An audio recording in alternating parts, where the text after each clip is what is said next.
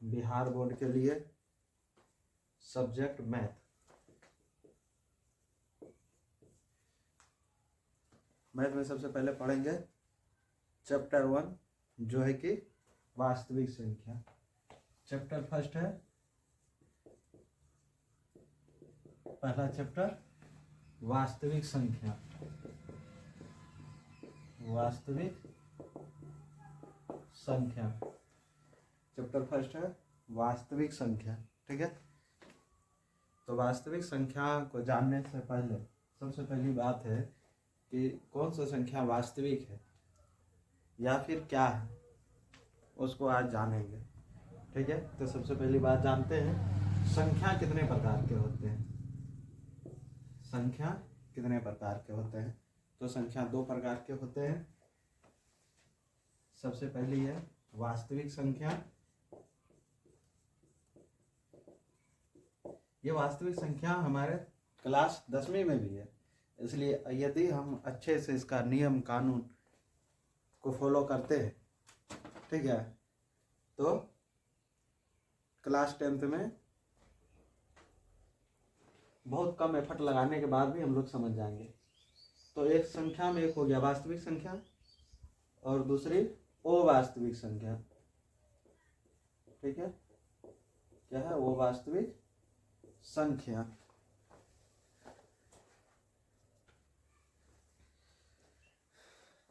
तो सबसे पहले वास्तविक संख्या के बारे में जान लेते हैं। ठीक है, कि वास्तविक संख्या क्या है, अवास्तविक संख्या क्या है। तो अवास्तविक संख्या और वास्तविक संख्या हम लोग को 9th और 10th में पढ़ना है वास्तविक संख्या और 11th में पढ़ना है अवास्तविक संख्या। ठीक है, तो संख्या दो प्रकार के हो जाएंगे, एक वास्तविक संख्या, दूसरे अवास्तविक संख्या। ठीक है, तो आइए जानते हैं कि संख्या का कैसा कैसा रूप होता है। जैसे कि हम लोग जानते हैं 0, 1, कभी कभी रूट में आता है कोई संख्या। ठीक है, कभी कभी बटे के रूप में आता है, भिन्न के रूप में आता है संख्या, कोई माइनस संख्या आता है, माइनस के रूप में आता है। ठीक है, तो ये सब क्या है? ये जितने भी प्रकार के संख्या है। ठीक है, और भी सोच लो, जैसे कि हम एक 5 संख्या है, ठीक है, एक 18 है या 8 है, कुछ भी जो भी आपके मर्जी हो, वो यदि हम सोचते हैं तो वो संख्या है। और ये जितने प्रकार की भी संख्या है, ये किसी न किसी उसका एक रूप है। ठीक है, जैसे कि 5 मेरा क्या है? ये विषम भी है और क्या है? अभाज्य भी है। तो मोटा मोटी हम लोग जानते हैं कि जितने भी प्रकार के हैं ये सब क्या है? वास्तविक संख्या है। ठीक है, बच जाता है जो अवास्तविक संख्या। अवास्तविक संख्या वैसी संख्या होते हैं जो रूट के अंदर में माइनस हो, वैसी संख्या जो रूट के अंदर में माइनस हो, तो ऐसी संख्या को क्या करते हैं? अवास्तविक संख्या कहते हैं। देखो सीधी सी बात है, यदि रूट के अंदर -5 है, ठीक है, तो इसको लिख सकते हैं क्या? 5 गुना रूट -1। तो ये जो रूट और रूट के साथ -1 होता है, इसको ही अवास्तविक कहा जाता है। वैसी संख्या जो रूट के अंदर में माइनस हो, तो उसको क्या कहेंगे? अवास्तविक संख्या कहेंगे। ठीक है, तो इससे हमको उतना लेना देना नहीं है क्योंकि ये 11th में पढ़ना है। ठीक है, लेकिन फिर भी थोड़ा सा जान लो कि वैसी संख्या जो रूट के अंदर में माइनस में हो, निगेटिव में हो, माइनस में हो, तो ऐसी संख्या क्या बोलेंगे? अवास्तविक संख्या। ठीक है, लेकिन हमको 9th और 10th में कौन सा चैप्टर पढ़ना है? वास्तविक संख्या। तो इस वास्तविक संख्या में अनेक प्रकार होते हैं, बहुत सारे प्रकार होते हैं। प्राकृत संख्या होता है, पूर्ण संख्या होता है, फिर पूर्णांक होता है, फिर विषम संख्या होता है, सम संख्या होता है, अभाज्य संख्या होता है, भाज्य संख्या होता है, बहुत प्रकार की संख्याएं होती है। तो सबको एक एक करके अच्छे से जानेंगे कि कौन सी संख्याओं को क्या कहते हैं, या फिर जो हमको दिया गया है वो संख्या कौन सी है। ठीक है, इस प्रकार से जानेंगे तो चीज़ें अच्छी होंगी, समझ में आएगा। क्योंकि देखो 9th और 10th दोनों में है, और सिर्फ इस चैप्टर से 12 नंबर पूछा जाता है, ऑब्जेक्टिव और सब्जेक्टिव मिला के 10वीं क्लास बोर्ड में। तो यदि हम लोग 9th में ही अच्छे से पढ़ लें, इस बात को समझ लें, ठीक है, ताकि हमको 10वीं में कम मेहनत में ज़्यादा रिजल्ट मिले। क्योंकि यहाँ से हर साल 10 से 12 नंबर पूछा जाता है, कन्फर्म, ऑब्जेक्टिव और सब्जेक्टिव मिला के 10 से 12 नंबर पूछा ही जाता है। तो इसलिए वास्तविक संख्याओं को एक एक संख्या के बारे में अच्छे से जानेंगे। ठीक है, तो आइए हम लोग वास्तविक संख्या में किस संख्या को कैसे डिफाइन करेंगे उसको जानते हैं। ठीक है, तो आइए सबसे पहले जानते हैं कि प्राकृत संख्या किसको कहता है। प्राकृत संख्या, ठीक है, प्राकृत संख्या वैसी संख्या होती है, वैसी संख्या होती है जो एक से शुरू होती है, और इसका मान अनंत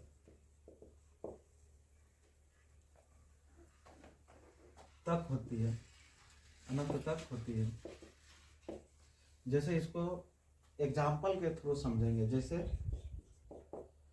और इसको ऐसे भी कहा जाता है कि गिनती को संख्या को प्राकृत संख्या कहते हैं। गिनती की संख्या को प्राकृत संख्या कहते हैं। लेकिन यदि हम लोग इस तरह से समझें कि वैसी संख्या जो एक से शुरू होता है, और जितना सोच सकते हो, जितनी भी संख्या के मान सोच सकते हो, 10 अरब, 500, 2 करोड़, ठीक है, ये सब क्या हो जाएगा, प्राकृत संख्या। लेकिन प्राकृत संख्या के लिए कंडीशन क्या है, क्योंकि ये कंडीशन है कि प्राकृत संख्या एक से ही शुरू होना होगा, तभी वो क्या होगा, प्राकृत संख्या होगा। नहीं तो फिर आगे आओगे तो पता चलेगा कि एक से ही क्यों शुरू होना होता है। ठीक है, जैसे 1 2 3 4 5 6 7 8 dot dot dot dot dot dot जितना सोच सकता है। और ये प्राकृत संख्या हमेशा पूरा पूरा होता है, बटे में ना होगा, ना पॉइंट में होगा।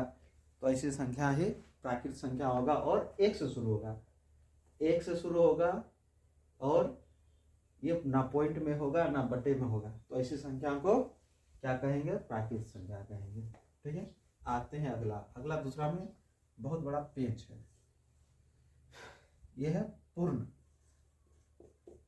पूर्ण संख्या। ठीक है, इसी को कहता है होल नंबर।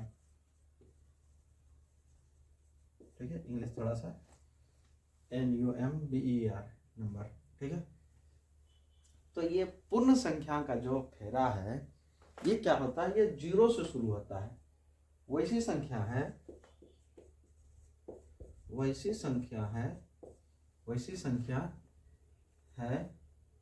जो 0 से शुरू होता है, 0 से शुरू होता है,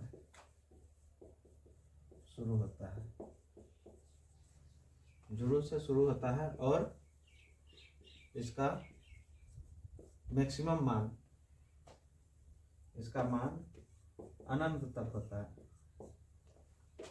जिसको इन्फिनिट कहते हैं। जितना सोच सकते हो उतना तक इसका मान अनंत तक होता है।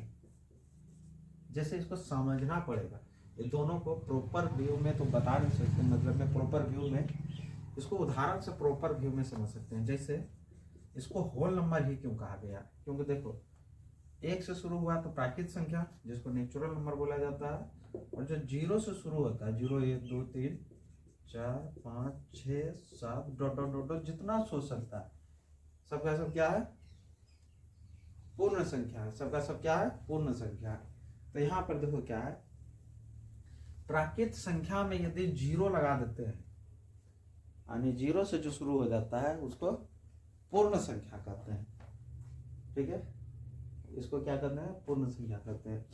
जैसे 0 को प्राकृत संख्या में इसलिए नहीं रखा गया है कि प्राकृत संख्या में उसको रखा जाता है, सॉरी प्राकृत में वैसी चीजों को रखा जाता है जो किसी मनुष्य के द्वारा नहीं बनाया गया हो, वो प्रकृति में स्वयं आया हो। ठीक है, लेकिन 0 क्या है, आर्यभट्ट के द्वारा खोजा गया है।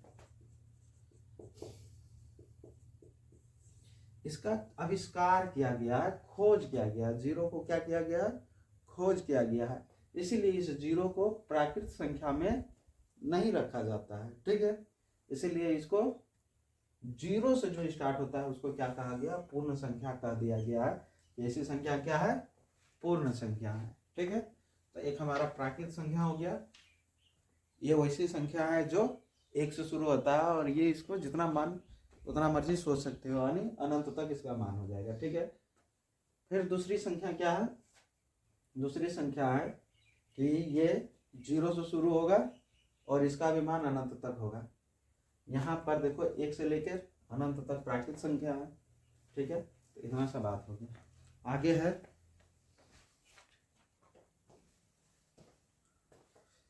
तो प्राकृत संख्या और पूर्ण संख्या हो गया। आते हैं समझते हैं दूसरा तीसरा सम संख्या। सम संख्या छोटा छोटा बात है लेकिन आगे सवाल में बहुत ज्यादा महत्वपूर्ण योगदान निभाते हैं, इसलिए अच्छे से समझेंगे सभी प्रकार के संख्याओं को। ठीक है, तो सम संख्या वैसी संख्या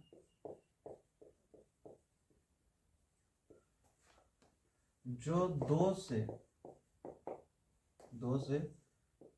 पूर्णतः विभाजित मतलब जो पूरा पूरा कट जाएगा। ठीक है, वैसी संख्या जो पूरा पूरा कट जाएगा, वैसी संख्या जो 2 से पूर्णतः विभाजित हो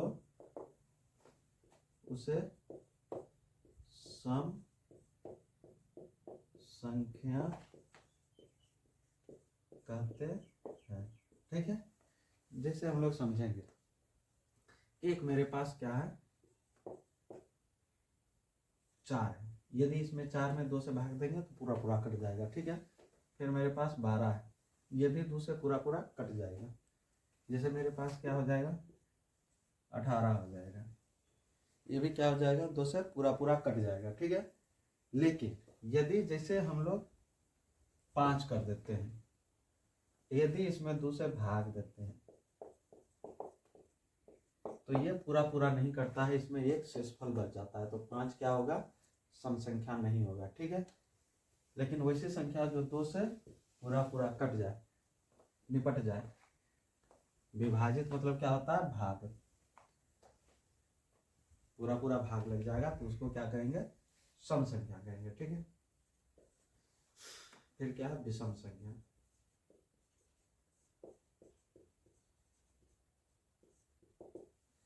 तो ये इसमें क्या होगा, 2 से पूरा पूरा विभाजित नहीं होगा, वैसी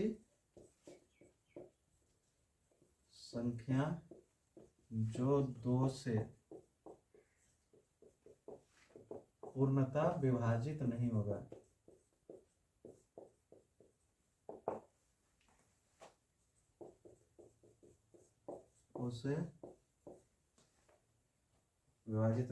उसे विषम संख्या कहते हैं। विषम संख्या कहते हैं। ठीक है, जैसे 1 को यदि 2 से भाग देंगे तो पूरा पूरा नहीं कटेगा। ठीक है, आधा आ जाएगा, पॉइंट में आ जाएगा। फिर यदि 3 को हम भाग से देते हैं, ठीक है, तो इसमें भी 2 से पूरा पूरा भाग नहीं लगेगा, 5 से भी भाग दे, 5 में भी 2 से भाग देते हैं तो पूरा पूरा भाग नहीं लगेगा। ठीक है, तो सीधे से करने का मतलब है वो संख्या, जैसे मेरे पास कोई रेंडम संख्या, मेरे पास 19 है, इसको यदि हम 2 से भाग देंगे तो इसमें 2 से पूरा पूरा भाग नहीं लगेगा। लेकिन वही यदि 18 है तो इसमें 2 से भाग लग जाता, तो ये क्या हो जाएगा, सम हो जाएगा, ये क्या हो जाएगा, विषम हो जाएगा। ठीक है, तो यहाँ से हम लोग सीखें कि जिसमें 2 से पूरा भाग लग जाएगा, विभाजित का मतलब होता है भाग लगना, तो जिसमें 2 से पूरा भाग लग जाएगा वो क्या हो जाएगा, विषम संख्या। ठीक है, आगे चलो 55 नंबर देखते हैं। ठीक है, फिर है अभाज्य संख्या। अभाज्य संख्या, ठीक है, अभाज्य संख्या कहता है वैसी संख्या, वैसी संख्या, इसको 2 तरह से समझेंगे। वैसी संख्या जिसका केवल 2 गुणनखंड हो उसे अभाज्य संख्या कहते हैं। ठीक है, या फिर एक अलग, ये हो गया फर्स्ट थ्योरी, या दूसरा जो हम अपने से इसको सोचे हैं, कहता वैसी संख्या, वैसी संख्या जो एक या स्वयं से पूर्णता विभाजित होगा, एक या स्वयं से ही, एक या स्वयं से ही पूर्णता क्या होगा, विभाजित होगा।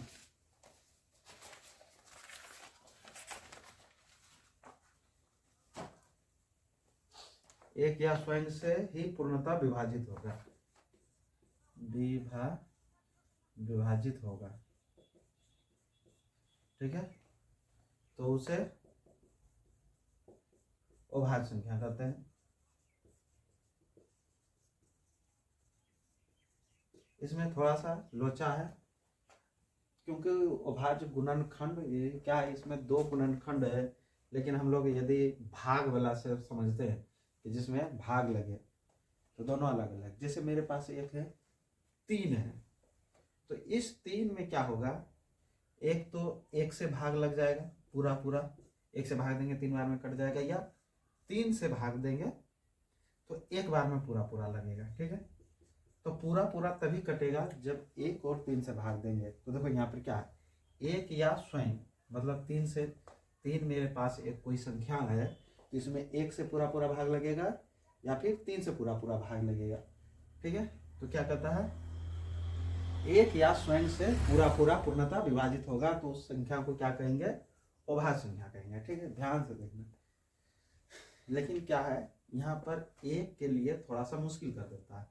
एक में क्या होगा, एक 21 होगा, लेकिन इसको स्वयं क्या बोलेंगे, एक में एक ही है, स्वयं है, तो यहाँ पर थोड़ा सा एक के लिए दिक्कत हो जाता है, क्योंकि एक अभाज्य संख्या नहीं है, एक क्या है, विषम संख्या है।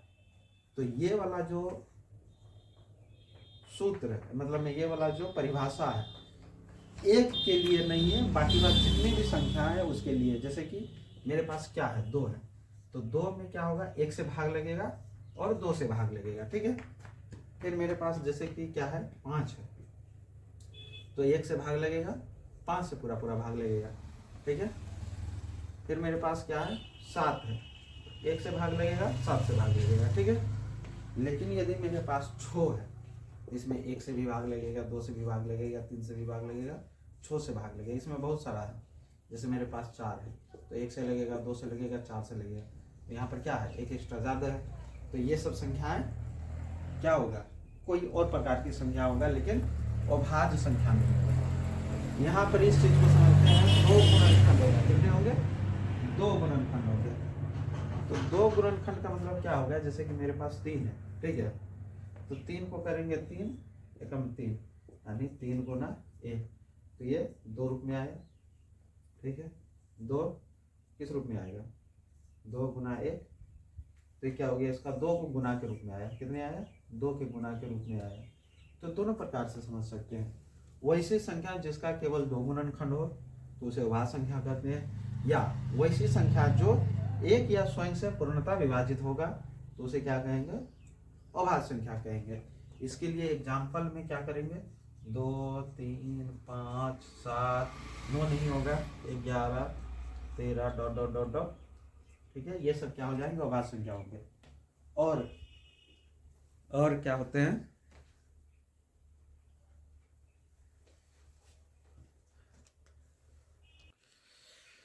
यहाँ ध्यान से देखते हैं कि जो अभाज्य संख्या, इसके एग्जाम्पल हो जाएंगे 2 3 5, 4 नहीं हो सकता। देखो यदि 4 रखेंगे तो 1 से भी कट जाएगा, 2 से भी कट जाएगा, 4 से भी कट जाएगा, तो इसमें 3 गो हो जाएगा। यहाँ केवल क्या है, एक या स्वयं, यानी दो रूपों में ही भाग लगेगा। 1 3, फिर 5 हो जाएगा, फिर 7 हो जाएगा, 9 नहीं होगा क्योंकि इसमें 1 से कटेगा, फिर 3 से कटेगा, फिर 9 से कटेगा, इसमें 2 से ज़्यादा है, फिर 9 10 11 13 dot dot dot dot dot dot चलेगा। ठीक है, ये सब क्या है, ये सब अभाज्य संख्या के उदाहरण हैं। जैसे कोई पूछ ले कि 1 से लेकर 100 के बीच, 1 से 100 के बीच कितने अभाज्य संख्या आते हैं, 1 से 100 के बीच कितने अभाज्य संख्या आते हैं, तो 1 से 100 के बीच कितने अभाज्य संख्या होते हैं। ठीक है, तो यहां लिखेंगे 1 से 100 के बीच में 25 अभाज्य आते हैं, अभाज्य संख्या होते हैं। ठीक है, आंसर क्या हो जाएगा, 25 अभाज्य संख्या आते हैं। ठीक है, तुम लोग इसको लिख के बताओ कि कौन कौन सा 1 से 100 के बीच में अभाज्य संख्या आते हैं। ठीक है, ये रहा होमवर्क। होमवर्क में बताना है कि अभाज्य संख्या 1 से 100 के बीच में जो 25 गो होते हैं वो कौन कौन से अभाज्य संख्या। ठीक है, तो हम लोग सबसे पहले देखो, ये बहुत जरूरी है अभाज्य संख्या को जानना, पहचानना, क्योंकि ये संख्या के लेवल में, वास्तविक संख्या में जो अभाज्य संख्या है बहुत महत्वपूर्ण भूमिका निभाते हैं। ठीक है, तो इस अभाज्य संख्या के बारे में बस इतने से जानेंगे कि इसमें एक, ठीक है, और स्वयं से पूरा पूरा भाग लगेगा या इसका 2 गुणनखंड होगा। ठीक है, तो ये हमारा क्या हो जाएगा, अभाज्य संख्या हो जाएगा। ठीक है, अभाज्य संख्या अच्छे से समझना है। क्या है, कितना हो गया, 2 3 5 छठा। ठीक है, पूर्णांक वैसी संख्या होती है, वैसी संख्या होती है जो संख्या रेखा पर धनात्मक, ऋणात्मक और जीरो को दर्शाता है। संख्या रेखा पर धनात्मक, ऋणात्मक और शून्य को दर्शाती है।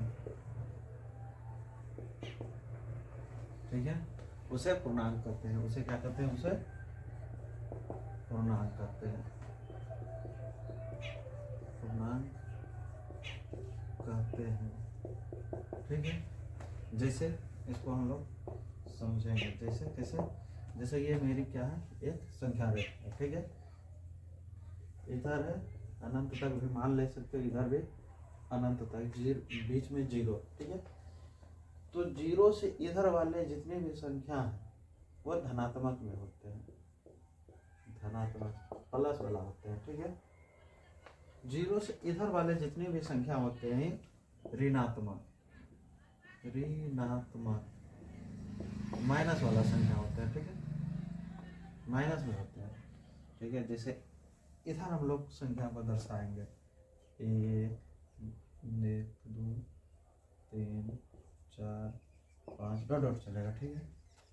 इधर यदि दर्शाएंगे तो -1 -2 -3 -4 डॉट डॉट डॉट डॉट, जितना हम लोग सोच सकते हैं, ठीक है। जितना हम लोग सोच सकते हैं उतनी संख्या माइनस में जाएगा, इधर जितना सोच सकते हो उतना प्लस में जाएगा, ठीक है। तो ये संख्या हो जाएगा हमारा पूर्णांक। ये भी बहुत अच्छे से जानना है कि जो भी संख्या हो, धनात्मक पूर्णांक हो, ऋणात्मक पूर्णांक हो, जीरो हो, ये तीनों एक ही रेखा पर पाए जाते हैं, ठीक है। आगे चलते हैं। ये होता है भाज्य संख्या। क्या? भाज्य संख्या, ठीक है। भाज्य संख्या कैसी संख्या? भाज्य संख्या। देखो अभाज्य में क्या था? 2 गुणनखंड था। याद करो अभाज्य संख्या में जो मेरा पहला परिभाषा था उसमें था कि वैसी संख्या जिसमें केवल दो गुणनखंड हो। लेकिन इसमें क्या है? वैसी संख्या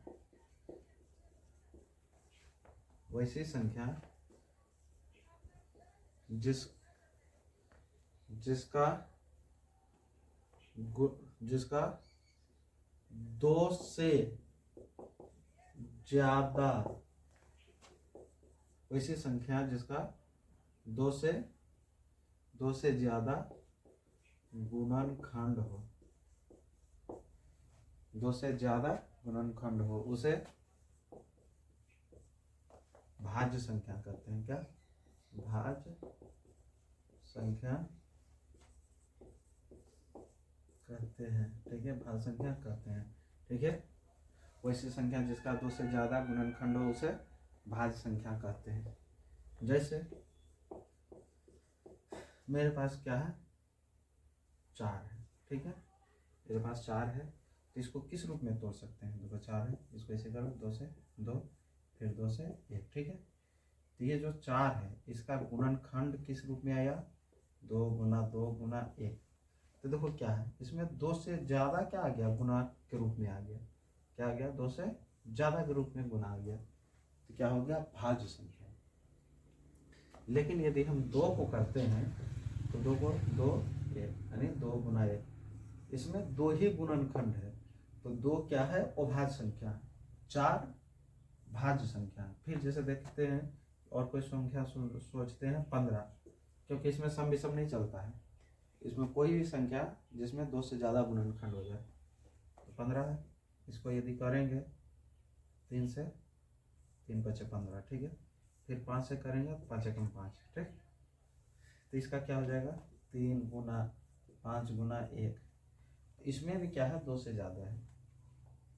हम लोग गुणनखंड का मतलब समझेंगे कि वैसी संख्या जो इस 15 को पूरा पूरा क्या कर देगा? विभाजित कर देगा, और वो होना चाहिए 2 से ज़्यादा, तभी क्या होगा? भाज्य संख्या होगा, ठीक है। तो देखो 1 में यदि 15 से भाग देंगे तो पूरा पूरा कट जाएगा। 3 को भी यदि 15 से भाग देंगे तब पर भी पूरा पूरा कट जाएगा। इस 5 से भी 15 में भाग देंगे तो पूरा पूरा कट जाएगा। तो ये तीनों क्या है? 15 को पूरा पूरा काट देगा, यानी विभाजित कर देगा, यानी भाग लग जाएगा, ठीक है। काट देने इसका मतलब क्या होता है? इसमें भाग लग जाएगा पूरा पूरा। और वैसे कितना है? 2 से ज़्यादा है। गुना के रूप में क्या है? 2 से ज़्यादा है, तो क्या हो जाएगा? भाज्य संख्या। ऐसी संख्या को क्या कहते हैं? भाज्य संख्या कहते हैं, ठीक है। परिमेय संख्या सबसे ज़्यादा महत्वपूर्ण, परिमेय संख्या, ठीक है। इसको जानना बहुत जरूरी है और अच्छे से। वैसी संख्या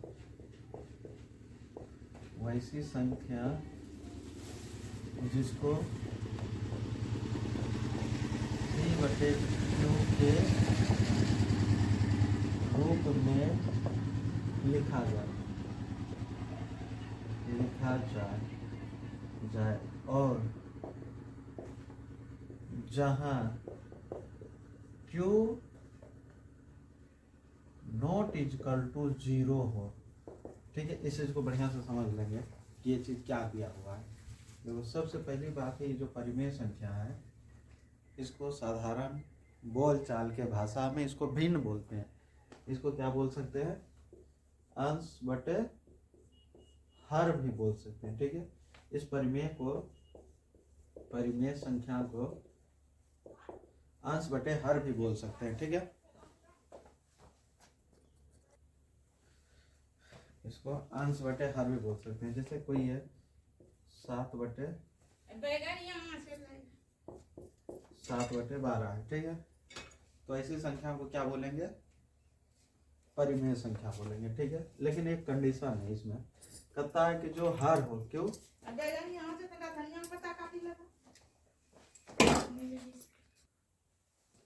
ठीक है, परिमेय संख्या अंश बटे हर होता है। अंश बटे हर होता है। जैसे कि ये 7/12 ये भिन्न है, ऊपर वाला को अंश बोलेंगे, नीचे वाला को हर बोलेंगे। तो परिमेय संख्या वैसी संख्या होता है जिसको P बटे Q के रूप में लिख लेते हैं। ठीक है, लेकिन कंडीशन है, कहता है ये जो Q है, Q क्या नहीं होना चाहिए? जीरो नहीं होना चाहिए। यानी यहाँ स्पष्ट कर रहा है हर का मान स्टार लगा के, हर का मान जीरो नहीं होना चाहिए, जीरो शून्य नहीं होना चाहिए, होना चाहिए। यदि किसी भी भिन्न का यदि हर जीरो हो जाएगा तो वो परिमेय संख्या नहीं होगा। इतना इसका मतलब यही है कि Q not equal to zero का मतलब है हर का मान कभी भी जीरो नहीं हो सकता है, अंश बाकी बात चाहे जोड़ है। ठीक है, तो ये हमारा क्या हो गया? परिमेय संख्या। ठीक है, ये हमारा परिमेय संख्या हो गया।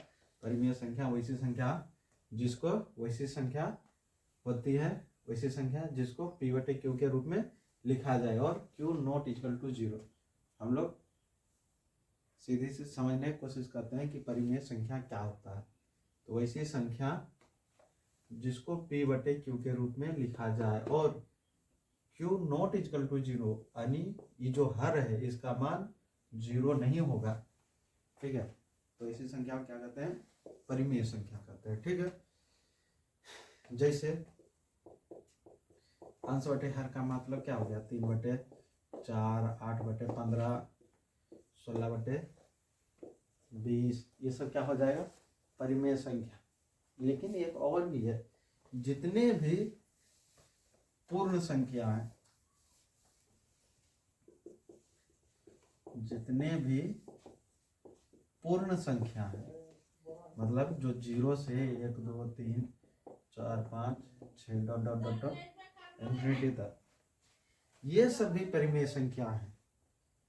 क्योंकि इस सब को नीचे में एक लगाकर, जैसे कि मेरे पास जीरो है, जीरो के नीचे एक लगा दिए तो क्या हो गया? अंश बटे हर भिन्न हो गया।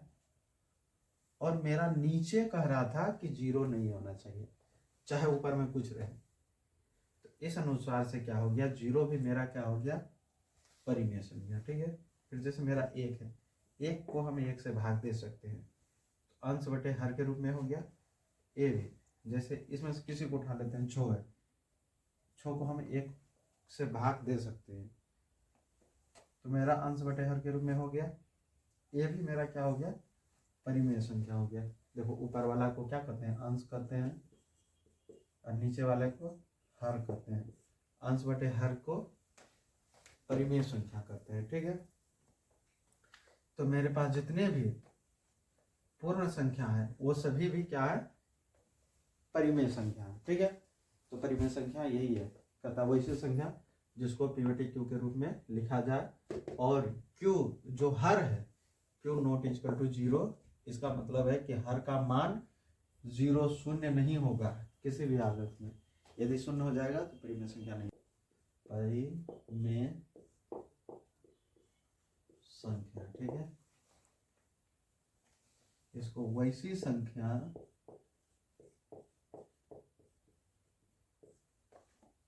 जिसे P बटे Q के रूप में कभी भी नहीं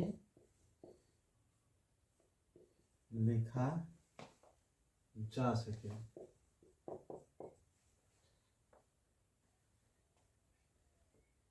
लिखा कभी भी नहीं लिखा जा सके, उसे अपरिमेय संख्या कहते हैं। ठीक है, देखो क्या है, इसको भूल जाओ। ये जितना भी है ये हमारा लिखा हुआ p/q के रूप में नहीं लिखा जा सके, इसको भूल जाओ। वो परिमेय संख्या वैसी संख्या को कहेंगे कि जो रूट में जो संख्या होगा, ठीक है, जो संख्या रूट में होगा वो क्या होगा, अपरिमेय संख्या होगा। वो क्या होगा, अपरिमेय संख्या होगा। ध्यान से देखो, तो वैसी संख्या जो रूट वाला होगा वो क्या होगा, अपरिमेय संख्या। लेकिन इसमें क्या है, थोड़ा सा ट्विस्ट है।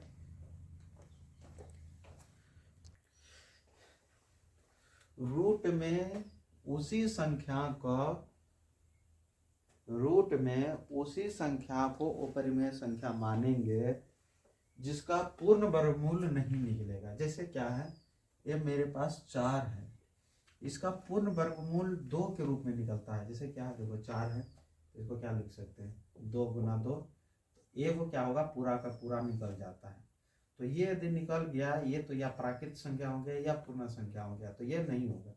क्या है, ये हमारा अपरिमेय संख्या नहीं है, क्योंकि √4 का पूर्ण वर्गमूल निकलता है। तो रूट वाला वैसा संख्या जिसका पूर्ण वर्गमूल ना निकले, ठीक है, इसको लिख लो, वैसी संख्या जिसका पूर्ण वर्गमूल नहीं निकाला जा सके,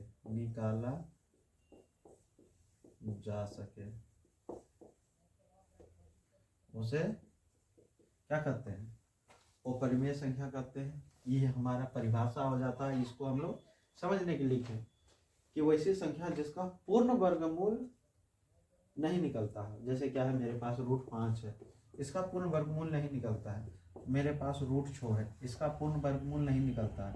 √7, इसका भी पूर्ण वर्गमूल नहीं निकलता है। √8, इसका भी पूर्ण वर्गमूल नहीं निकलता है। लेकिन √9, इसका पूर्ण वर्गमूल निकलता है। क्या है, पूर्ण वर्गमूल जैसे 9 है, इसका क्या है, जैसे ये 9 है, तो इसको क्या लिख सकते हैं, 3 गुना 3, और 2 में से 1 निकलता है तो 3। ये पूरा का पूरा 9 वर्गमूल, 9 का 3 वर्गमूल निकलता है। वर्गमूल 9 का मान कितना आता है, 3, जो कि पूरा पूरा बाहर आता है। इसको भी बताएंगे अभी तुरंत कि कैसे रूट वाला में, ठीक है, 2 में से 1 बाहर आता है। तो देखो ये संख्या हमारा क्या होगा, अपरिमेय नहीं होगा। अपरिमेय में वैसी संख्या होगा जिसका पूरा पूरा वर्गमूल नहीं निकलेगा, ठीक है। वैसी संख्या जिसका पूरा पूरा वर्गमूल नहीं निकलेगा वो क्या हो जाएगा, अपरिमेय संख्या। जिसका पूरा पूरा वर्गमूल निकल जाएगा वो हो जाएगा परिमेय संख्या, ठीक है।